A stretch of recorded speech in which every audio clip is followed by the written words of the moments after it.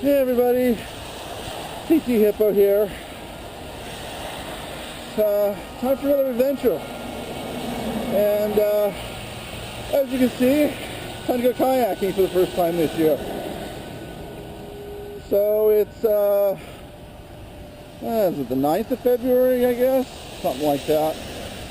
I've lost track already. And doing a little follow-up to the video on the USS Hermes. Gonna come out here and look for what's left of the Atalanta and poke at another hulk that makes up the Tyee Marina breakwater. As you can see, conditions are maybe not exactly ideal, but we're down in Tacoma for another event. Oh, and I figure oh, there we go. I figure, no sense wasting a trip to Tacoma. So here we are. There's Annie, who's my adventuring partner for today. There's some random dude out fishing. That's the Tugboat Marina over there. It's where we're going to go and look at the boats. Hopefully as we paddle over there, the riverboat will get better. Yeah, it's a little... But you're going to put me in first. Yes. Might as well climb in here. You're going to drag me out? Have you felt these rocks? One swift kick and you'll be halfway out in the bay. How about right here? That's fine. You got your paddle? Paddle ready. Launching in 3, 2, 1.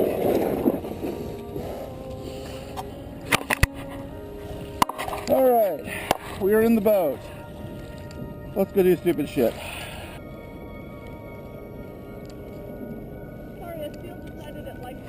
Yeah, he's following you. Yeah, he's about 10-15 yards behind you. He's trying to sight for food.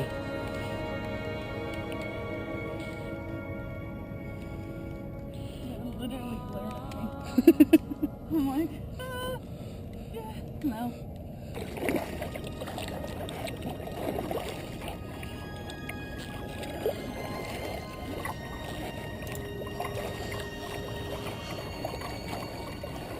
The first of the historic vessels we come to is this concrete monster with the exciting name of USS YOG-53. With the outbreak of World War II, the United States found itself short on both ships and shipbuilding capacity, and to alleviate this shortage they returned to an idea from the First World War: concrete ships. In November of 1941, the month before Pearl Harbor, the U.S. Maritime Administration ordered 15 concrete oil barges from 3 different shipyards around the country. This order was eventually expanded to a total of 65 vessels. The early days of the war did not go well for the U.S., and the Navy found itself desperate for a way to store fuel oil and aviation gasoline at forward bases in the Pacific. The primitive conditions at the island airfields where the fighting was taking place meant there was nowhere to offload and store these vital commodities, and so the tankers that brought them had to sit where they were vulnerable to being attacked by Japanese forces while they were slowly unloaded. The tank barges being built by the Concrete Ship Constructors Corporation in National City, California, seemed like they might be just the answer the Navy needed. Arrangements were made to take over the contracts from the Maritime Administration, and upon completion they were towed to 4 operating bases in the remote Pacific Islands.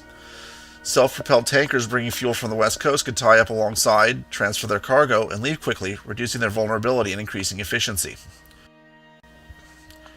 All of the vessels were built to the B-7A2 design from steel-reinforced concrete and were 375 feet long with a 65-foot beam and a 30-foot draft. Displacement was 6,866 tons light and 12,910 tons full load. Crew consisted of 12 or 13 sailors, and they were armed with 4 20mm cannon for anti-aircraft defense. Despite all being built to the same basic design, some of the ships were assigned to carry bunker fuel or designated in the YO or Yard Oiler series. Others were meant to carry gasoline and diesel and were designated in the YOG for Yard Oiler Gasoline. This particular vessel, YOG-53, was laid down on the last day of February 1943 and launched on May 29th of the same year. Just 2 months later, on July 26th, she was commissioned and handed over to the Navy for service. After the war, she was laid up in Hawaii until 1959 when she was sold and eventually made her way to Tacoma. The construction of these ships makes them extremely durable, and so many of the concrete ships remain, whether afloat as breakwaters or sunk, long after their steel sisters have rusted away.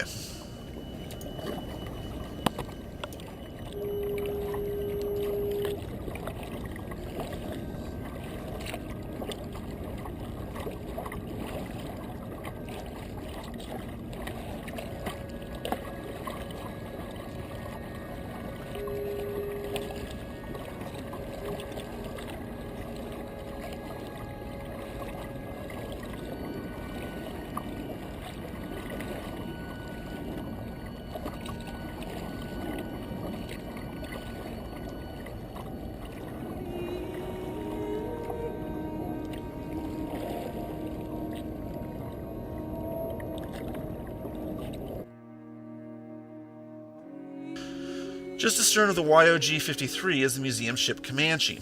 As World War II progressed in the Pacific, the U.S. Navy discovered that it lacked enough large fleet tugs to tow damaged vessels back to base for repair. In response, the Navy commissioned almost 90 fleet tugs, including 35 ships of the Sotoyomo class. These tugs were 143 feet long and displaced 610 tons. Operated by a crew of 49 men, they are armed with a single 3-inch 50 caliber gun forward and two twin 40mm mounts for anti-aircraft defense. Powered by two Cleveland V12 engines, the ship's diesel-electric propulsion system and 9-foot diameter screw could propel her to a top speed of 13 knots.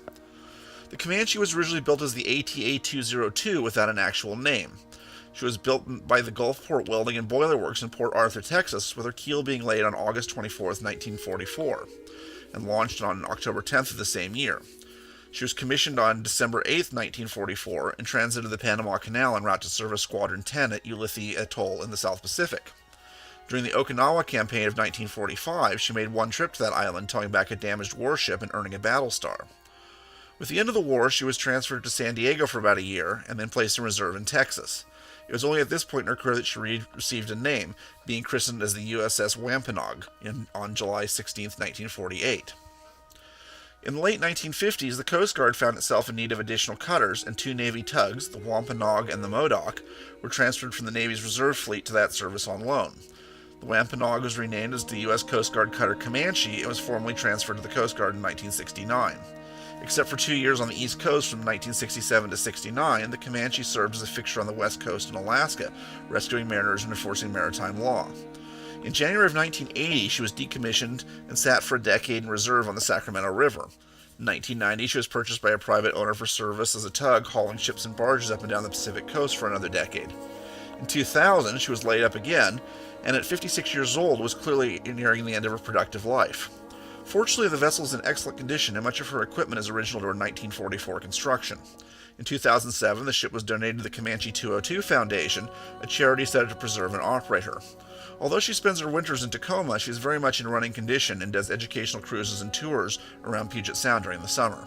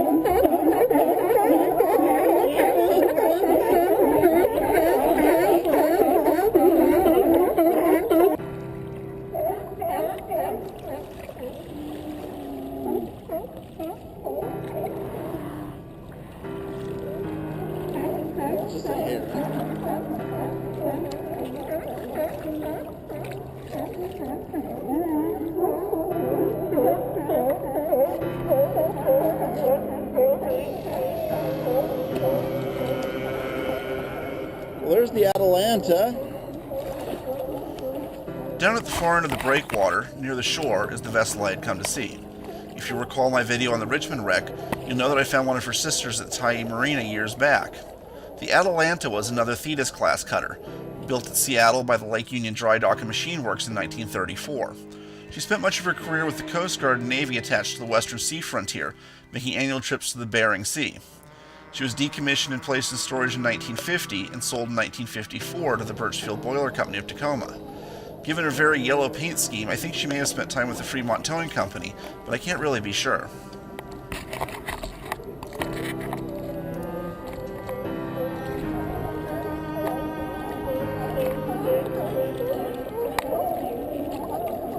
They certainly have a lot to say, don't they?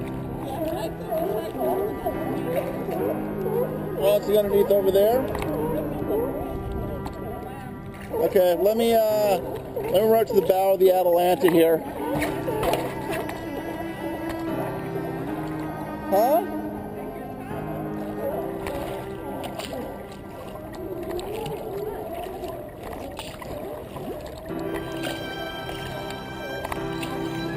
So this is the Atalanta, or at least what's left of her.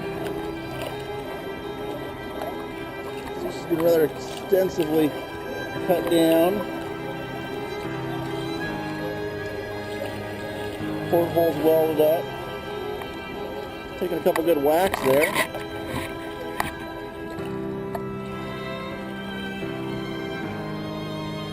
Very bluff bow.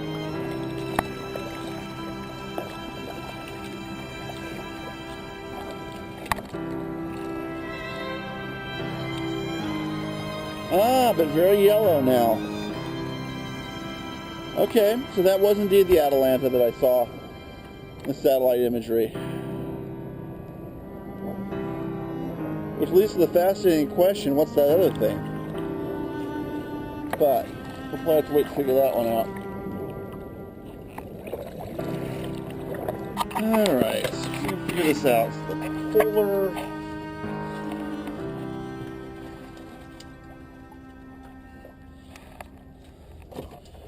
Polar something. M-E...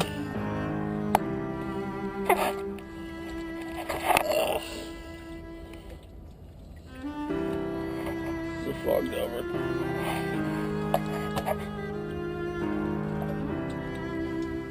Next to the YOG-53 is the somewhat more interestingly named Polar Merchant. At first, she appears to be just a cut down and barely floating old tugboat, but under all those layers of paint and rust there lies quite a history. She was originally laid down in 1927 at the American Brown Bavaria Yard in Camden, New Jersey, as the active class cutter Tiger for the U.S. Coast Guard. The active class boats, also known as buck and a quarter boats from their 125-foot length, were part of the Coast Guard's expansion during the late 1920s to interdict rum runners during Prohibition. After Prohibition, the Alert class remained in service as cutters until they were absorbed into the Navy in November of 1941.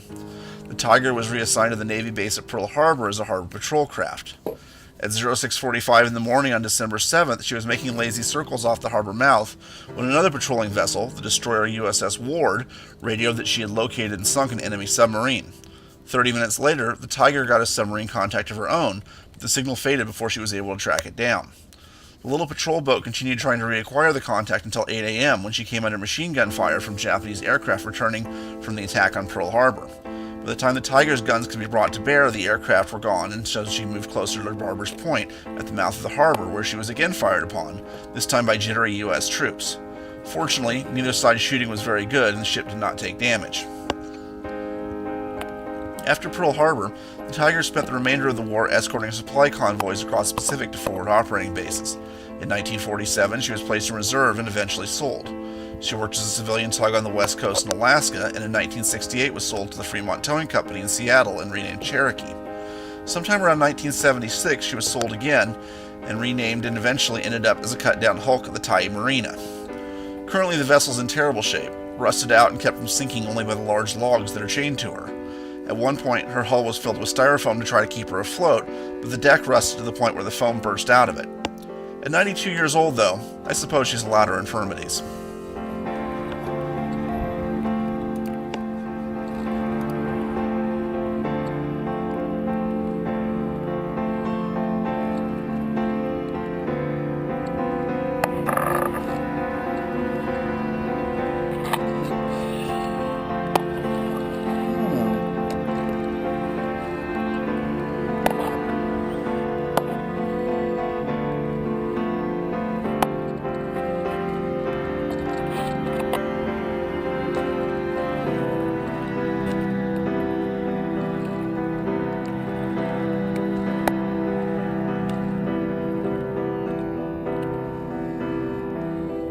Mechanic problem.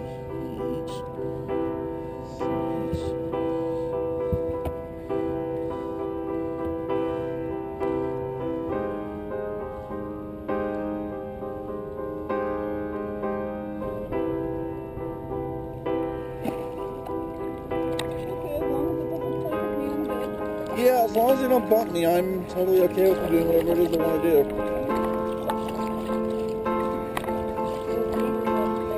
Those sea lions, yeah, well, then when the whole flock of them decides to hop in the water at once and come at you, it's like, I'm gonna be over here now. Yeah.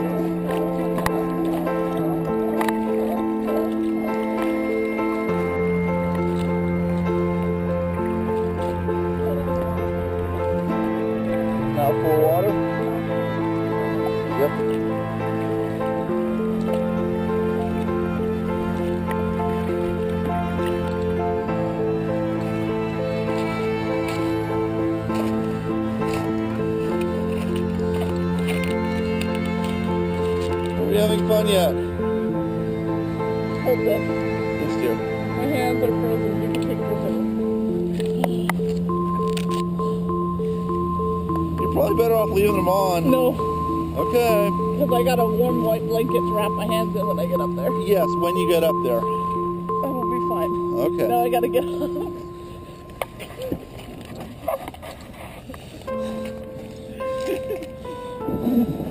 Oh.